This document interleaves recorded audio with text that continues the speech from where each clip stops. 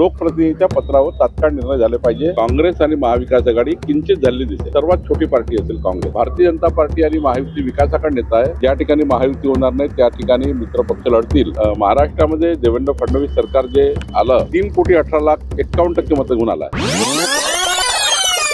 हे मला त्यांनी काय म्हटलं आज मी दिवसभर ऐकलं नाहीये। मी ऐकून बोलेल। सरकारच्या माध्यमातून असं पत्र काढलं हे मी केव्हा आज काढलं तर मी जरा बघितलं नाही बघतो मी। आणि पण एवढंच आहे की लोकप्रतिनिधी जेव्हा निवडून येतात तेव्हा नेहमीच असा स्टँडिंग ऑर्डर्स आहे की लोकप्रतिनिधीला सर्व अधिकाऱ्यांनी जे काही लोकप्रतिनिधीचे पत्र येतात त्या पत्राला लवकर निकाली काढणे, आमदार खासदारांनी पत्र दिलं त्या पत्राचा टाइम बाउंड त्या ठिकाणी रिप्लाय देणे। शेवटी लोकप्रतिनिधी जेव्हा निवडून येतात तेव्हा जनता त्यांच्याकडे जातात आणि जनता गेल्यानंतर त्यांना जे पत्र येतं त्यावर आमदार खासदार हे पत्र येतात, नगरपालिकेचे अध्यक्ष पत्र येतात, ते धूळखात पडू नये, सरकारी दरबारात कचऱ्यासारखे पडू नये, त्याच्यावर निकाल झाला पाहिजे। Yes or no, right or wrong जे काही सांगितलं पाहिजे, पण लोकप्रतिनिधीच्या पत्रावर तात्काळ निर्णय झाले पाहिजे।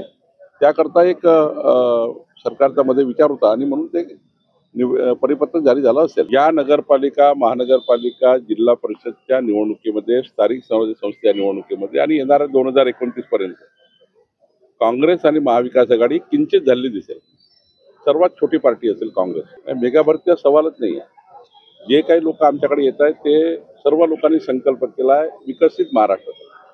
माननीय देवेंद्र फडणवीसजींनी विकसित महाराष्ट्राचा संकल्प केला आहे, त्याला साथ देण्याकरता लोक येत आहेत। कुठल्याही नगरसेवक पद आणि जिल्हा परिषदचे पद मिळण्याकरता नाहीये। अनेक लोक या ठिकाणी पक्षामध्ये आले आहेत।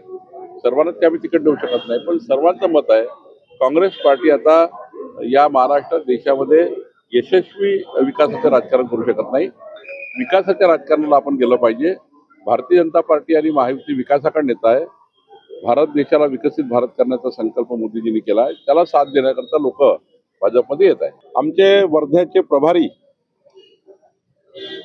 राज्यमंत्री पंकज भोयरजी यांच्या योग्य मार्गदर्शनाखाली आमचे नेते रामदास तळसजी असतील, राजेश बकानीजी असतील, आमचे सर्व आमदार आहेत, समीर कुनावर, सुमित वानखेडे, सर्वांनीच त्या ठिकाणी आणि आमच्या पक्षाचे अध्यक्ष यांनी सर्व कार्यकर्त्याला समजूत घातली। ही निवडणूक कुणा व्यक्तीला मोठं करण्याची नाही आहे। ही निवडणूक डबल इंजिन सरकार जे आहे, मोदीचं सरकार, देवेंद्रजीचं सरकार, महायुतीचं सरकार, या सरकारच्या माध्यमातून चालणाऱ्या योजना नगरपालिकेच्या माध्यमातून समाजाच्या शेवटच्या व्यक्तीपर्यंत पोहोचवाव्या याकरता, समाजाकरता, विकासाकरता ही निवडणूक आहे, विकसित वर्धाकरता निवडणूक आहे। आणि त्यामुळे सर्वांनी मोठं मन केलं आणि उमेदवारी अर्ज वापस घेतले। नाही, आम्ही हे सर्वांनीच मिळून ठरवलं आहे की ज्या ठिकाणी महायुती होणार नाही त्या ठिकाणी मित्रपक्ष लढतील, पण मतभेद आणि मनभेद मित्रपक्षात तयार होणार नाही याची काळजी सर्वांनी घ्यायची। वापरायची गरज नाही आहे। विकासाची चाबी आहे। डबल इंजिन सरकार आहे, जनतेचं जनमत आहे आणि महाराष्ट्रामध्ये देवेंद्र फडणवीस सरकार जे आलं 3,18,51,00,000 मतं घेऊन आलं आहे। त्यामुळे जनतेला विश्वास आहे विकासावर, देवेंद्रजीच्या नेतृत्वावर विश्वास आहे, मोदीच्या नेतृत्वावर विश्वास आहे।